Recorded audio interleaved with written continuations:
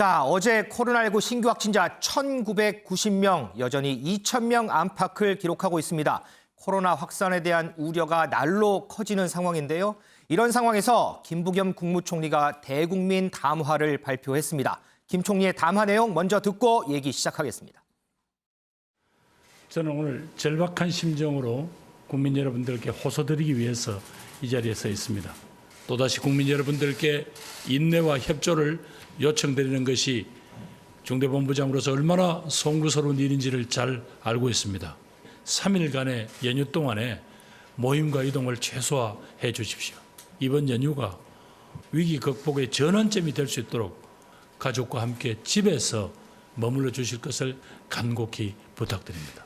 이번 광복절에 일부 단체들이 대규모 불법 집회를 예고하고 있습니다. 불법 집회를 강행한다면 정부는 법에 따라 엄정히 그 책임을 물을 것입니다. 또한 고의로 방역 수칙을 위반하는 경우, 그렇게 해서 감염이 확산되는 경우 정부의 각종 지원이나 혜택에서 제외된다는 점을 분명히 말씀드립니다. 광복절 연휴를 앞두고 김부겸 국무총리가 코로나19 관련해서 대국민 담화를 했습니다. 지금 담화 내용에도 있지만 이번 광복절 연휴 일부 단체들의 집회가 예정이 돼 있습니다. 윤정 기자, 네. 이번 올해 광복절에는 어떤 단체들의 집회가 지금 예고가 돼 있어요? 네, 현재 40곳 이상의 단체가 광복절 연휴에 서울 도심 집회를 신고한 상황인데요.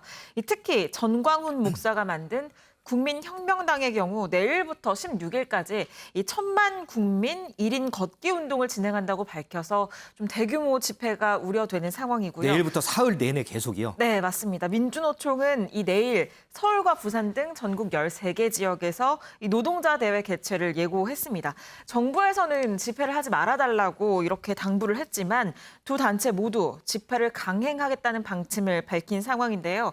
이 4단계 방역 지침을 준수하면서 집회를 진행할 것이기 때문에 문제가 없다는 입장입니다.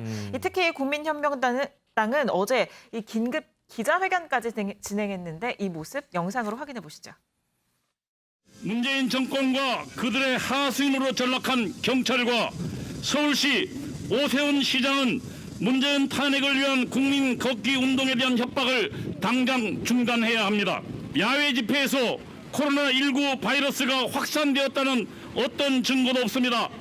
정부는 확진자 수를 가지고 국민을 협박하는 것을 당장 중단해야 합니다.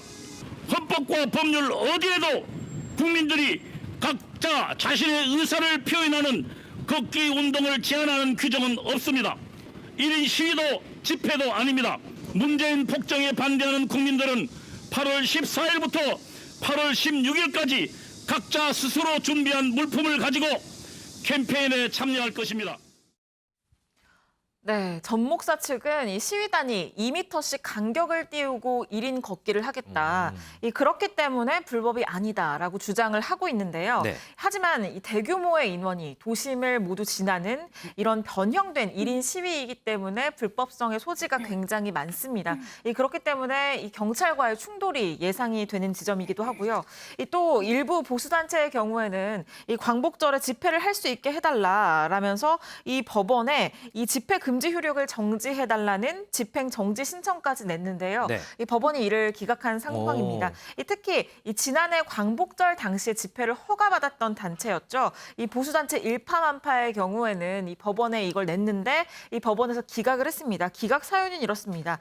지난해 허가를 해줬는데 지난해 신고한 바와 다르게 집회를 개최하고 운영한 정황이 포착됐다라면서 이 같은 사태의 재발 가능성이 우려된다는 이유로 이 집회 금지 효력을 유지하기로 한 겁니다.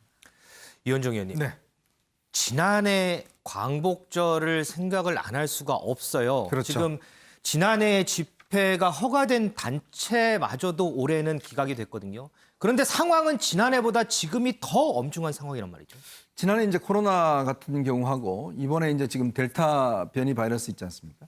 이게 한 1,000배 가량 이 전율이 높다고 하요. 바이러스 양 자체가요. 그렇죠. 그럼 우리 산술적으로 계산해 보면 지난해 8.15 때 이제 그 집회 영향으로 어쨌든 간에 뭐 현장에서건 아니면 그 집회 영향으로 해서 확산이 됐다는 거는 뭐 공지의 사실 아니겠습니까? 그래서 2차 대유행이 이제 그때 그렇죠. 2차 대유행이 그때 이제 비롯됐고요. 이제 그렇다면 이게 이제 1000배가 된다면 어떻게 되겠습니까?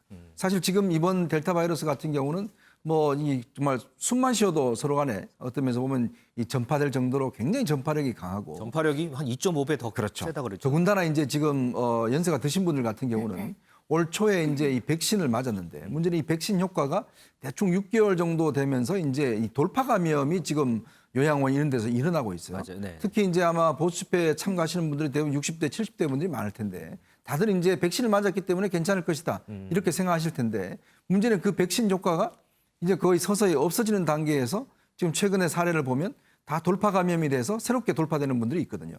더군다나 지금 병상 자체가 지금 특히 50대하고 40대 특히 이제 이 백신을 안 맞은 분들 때문에 지금 이 병상 자체가 굉장히 부족하다고 그럽니다. 그렇죠. 그럼 만약에 이런 것 때문에 또 확산이 된다 그러면 이거는 뭐 상당히 모두가 다 이거는 피해를 보는 건데요. 문제는 이제 정부가 이 어떤 좀 공정한 기준을 저는 가질 필요는 있다 봅니다. 이번에도 보면 민노총도 집회를 하고 또 보수단체 집회를 하지 않습니까? 네. 정말 둘 다 똑같이 어떤 면에서 보면 똑같이 방역에 대한 방해로 해서 한다라면 똑같은 기준을 대야 되는데 그래야지만이 사실은 누구나 다 승복하지 않겠습니까? 그렇죠. 자, 그런 어떤 공권력의 정당한 어떤 집행 이것이 있을 때만이 제가 볼 때는 이번 8.15를 잘 넘길 수 있지 않을까. 마지막 한마디만 덧붙이면 사실 8.15 이번에 월요일까지 쉬잖아요. 네. 근데 이게 지금 최근에 대체 입법 대체로 됐거든요. 그렇죠. 맞아요. 근데 참 좀 아쉽습니다. 이런 사태가 예견이 됐었는데 굳이 이렇게 또 연휴를 해서 이게 더 지금 이 3일 동안 정말 가정에 계신 분들은 더 힘들 것 같아요. 어쨌든 앞서 들으신 바처럼 정부는 이번 광복절 사흘 연휴 집에 꼭 좀 머물러 달라고 호소를 하고 있습니다. 작년 이맘때 우리가 겪었던 것처럼 올해 광복절이 또 대유행의 더 큰 기폭제가 되는 건 아닌지 우려가 높은 상황입니다.